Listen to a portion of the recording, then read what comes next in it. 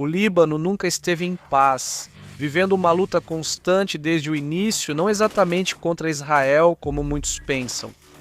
Como o Líbano virou epicentro dos conflitos no Oriente Médio? Por que tantas potências desejam o controle do Líbano?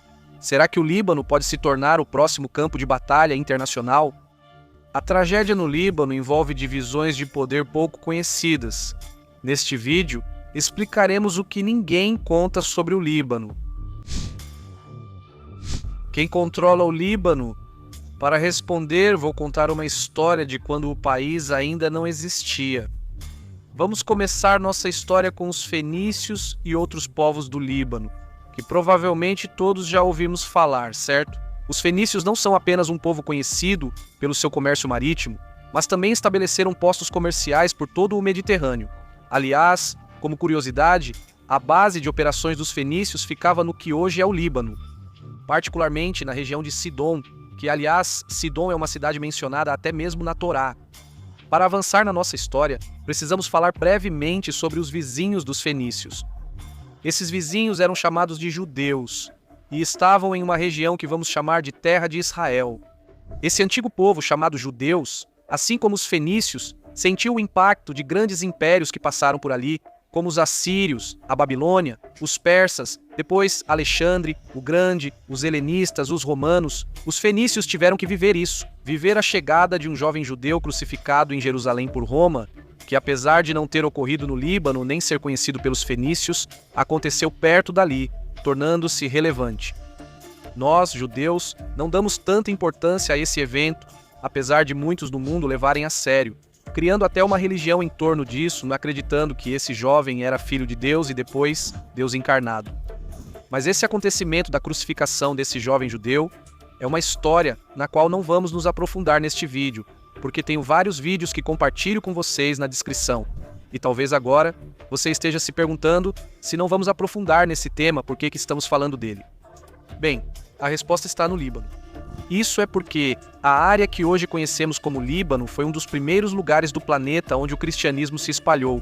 No Líbano também atuou um monge famoso chamado Marom, embora na verdade ele tenha atuado mais na região da Síria.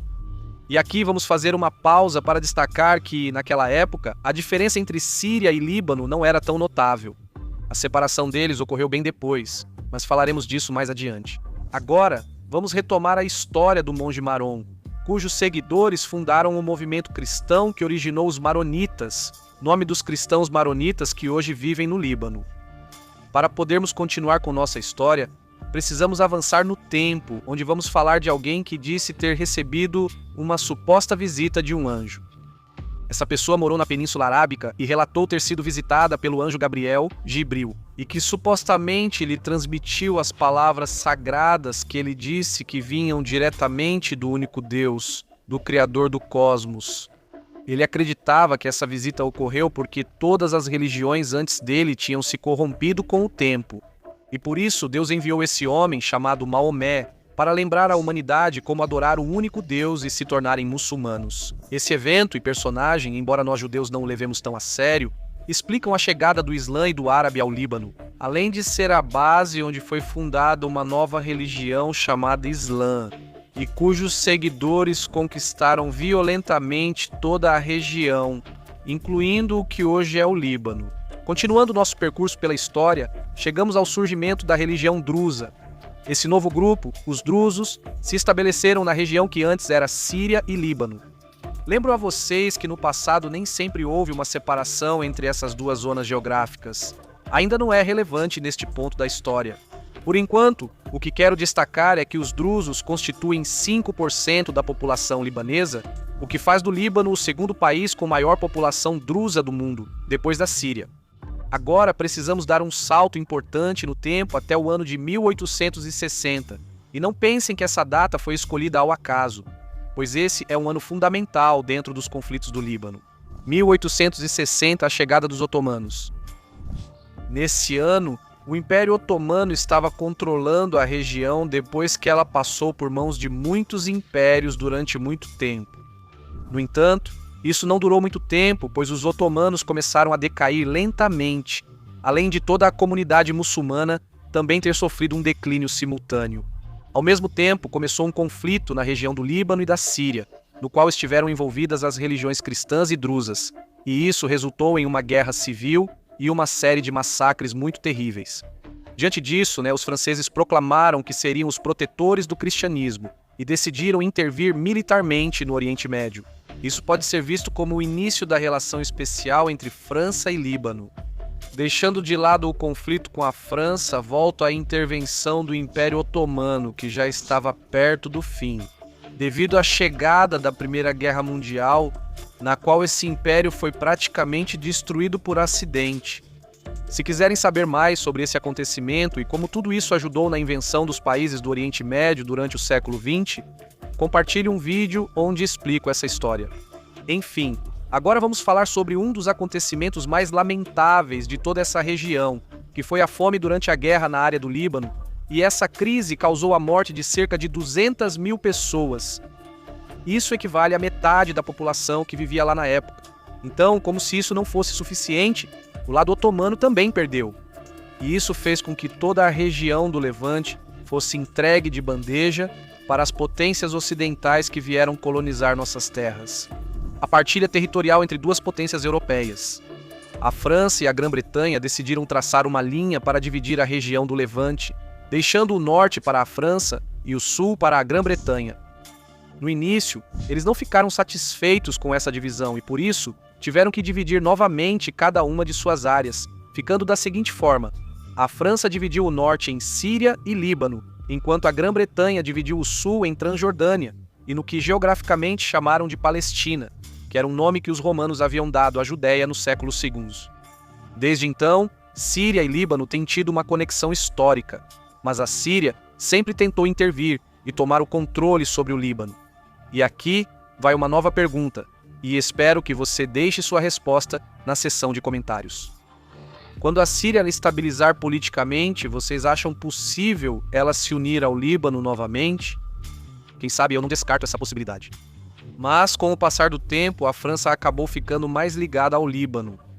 Mas, com a chegada da Segunda Guerra Mundial, a queda dos franceses diante dos nazistas fez com que o Líbano enfrentasse um novo desafio. Esse desafio foram as tensões entre a França de Vichy, que era aliada dos nazistas, e os britânicos. Como resultado desse conflito, a influência dos franceses no Líbano se enfraqueceu, fazendo com que o Líbano se tornasse independente, primeiro na prática e depois oficialmente. Novo desafio para o Líbano. Apesar de independente, o Líbano enfrentou outro desafio. Um desafio que está presente até hoje e que inclusive tem relação com Israel. Esse novo desafio se refere à fragilidade estrutural do Líbano, e isso faz com que os diferentes grupos que compõem a sociedade libanesa entrem em conflito. Durante todo esse tempo, a região do Líbano era composta por diferentes religiões, sendo aproximadamente 50% cristãos que, por sua vez, se dividiam entre maronitas e ortodoxos. O próximo grupo são os muçulmanos, que são os muçulmanes que compõem a maior parte da população e que os diferentes grupos minoritários são formados por sunitas e xiitas, sem mencionar que também há drusos, que não são nem cristãos nem muçulmanos. O conflito central era que os dois grupos mais fortes, ou seja, cristãos e muçulmanos, se identificavam com diferentes regiões, enquanto os cristãos estavam mais voltados para o ocidente. Os muçulmanos eram mais árabes, então eles chegaram a uma solução em que o Líbano não fosse completamente nem ocidental nem árabe. Para isso, foi feito um pacto nacional, que não era um acordo escrito, mas sim uma distribuição dos cargos no governo entre as religiões, e foi distribuído dessa forma. Os maronitas ocupariam a presidência. Os sunitas seriam responsáveis pela chefia do governo. Os xiitas estariam à frente da presidência do parlamento e os drusos ficariam encarregados da chefia do exército. Além disso, o parlamento sempre teria uma composição que favoreceria os cristãos. No entanto, essa distribuição gerou novas incógnitas. Por exemplo, e se os xiitas quiserem um presidente? Ou se as proporções demográficas mudarem? As pessoas começaram a perguntar, por exemplo, o que ocorre se um país vizinho entrar em guerra e centenas de milhares de refugiados sunitas vierem para cá? Pois bem, isso literalmente já aconteceu. Quando Israel venceu a Guerra de Independência em 1948, cerca de 100 mil árabes, que haviam iniciado a guerra contra Israel e perderam, acabaram fugindo para o Líbano, e isso fez com que o equilíbrio demográfico no Líbano fosse quebrado. Estamos no final dos anos 50 do século passado, quando começou a se espalhar uma moda por todo o mundo árabe. Essa moda era liderada pelo presidente do Egito, que se chamava Gamal Abdel Nasser, e ele buscava unificar todos os árabes sob um único país. Isso provocou uma pequena guerra civil no Líbano entre os muçulmanos libaneses que queriam aderir a essa moda utópica contra os cristãos. Embora, no final, a situação tenha se estabilizado na década de 60, quando o Líbano, de fato, passou a viver um ótimo momento, e até mesmo Beirute era apelidada de Paris do Oriente Médio, Suíça do Oriente Médio. Ainda assim, essa paz não durou muito tempo. Na década de 70, diferentes grupos do país começaram a lutar novamente por causa do terrorismo palestino. Esse conflito surgiu por causa de uma organização palestina armada que havia sido expulsa da Jordânia e se mudou para o Líbano para continuar causando caos no Oriente Médio. Essa organização, chamada Fatah, ao chegar ao Líbano, formou um exército muçulmano que usava o país como base terrorista para atacar civis inocentes.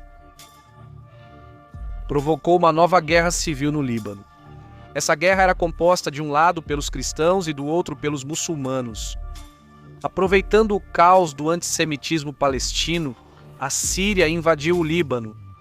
Paralelamente a tudo isso, Israel estava sendo atacado por terroristas palestinos no Líbano, como sempre, e por isso Israel, de forma defensiva, invadiu o Líbano para lutar contra a Fatah, que estava constantemente lançando mísseis do sul do Líbano contra Israel. Foi assim que Israel ocupou uma zona do Líbano, mas depois, após várias tensões, Israel se retirou, exceto por uma faixa de segurança, para assim proteger a população do norte de Israel. E é nessa região que uma milícia cristã foi e se instalou lá. Com o tempo também surgiu a famosa organização islâmica chamada Hezbollah. O objetivo deles era emular a revolução xiita iraniana, além de lutar a favor dos xiitas na guerra civil no Líbano e, claro, tinham como objetivo eliminar Israel simplesmente porque sim. Nos anos 90, as tensões diminuíram um pouco e a guerra civil terminou. Novo milênio, novos conflitos. Vocês pensaram que os problemas do Líbano acabariam? Mas não. Em um país tão fraco e abalado, outras nações continuam interferindo, por exemplo, a República Islamofascista do Irã, que influencia o Líbano através do Hezbollah. A Síria também tenta fazer isso. Algum tempo depois, no ano 2000, uma série de eventos levou ao que ficou conhecido como Revolução do Cedro, que resultou na saída da Síria do Líbano. Essa saída sugeria que o Líbano, enfim, teria um pouco de paz. O Hezbollah iniciou ataques contra Israel, desencadeando a Segunda Guerra do Líbano, ao sequestrar 2 soldados israelenses. E essa foi a razão pela qual Israel se viu na necessidade de entrar em uma nova guerra contra o Hezbollah, o que é realmente interessante, pois o Hezbollah afirma que eles venceram a guerra. Vocês sabem que eles têm um delírio mental, percebem como todas as guerras são iniciadas por eles e, no final, Israel acaba vencendo. Se nos deixassem em paz, não reclamariam sempre que Israel se defende. Um dos meus irmãos está atualmente no exército israelense em uma unidade de comando lutando no Líbano. Pedimos orações a Hashem para que proteja nossos soldados e que em breve vejamos vitória para Israel e paz para Jerusalém. Agora, mesmo depois daquela guerra em 2006, as tensões internas no Líbano não cessaram. As facções continuaram se enfrentando entre si, cada uma buscando mais poder, mais influência. Até hoje, o parlamento libanês é fortemente influenciado pelo Hezbollah, ou seja, pelo Irã. Neste momento, pergunto a vocês: quem realmente controla o Líbano? Quem decide se o país entra em guerra ou não? É o governo ou talvez algum partido em particular, como o Hezbollah, o Partido de Alá? Por exemplo, o que ocorreria se uma guerra começasse no sul de Israel? Interviria ou não? Se só um partido do Líbano quisesse se envolver, todo o Líbano estaria em guerra? Em resumo, o Líbano volta a sofrer com conflitos regionais, com o Hezbollah atacando Israel por causa de acontecimentos em outros países, mas, se Israel eliminar o Hezbollah, isso resolveria todos os problemas do Líbano? Pessoalmente, não acredito, porque o regime radical do Irã é a causa de todos os males, mas isso é algo que só o tempo dirá.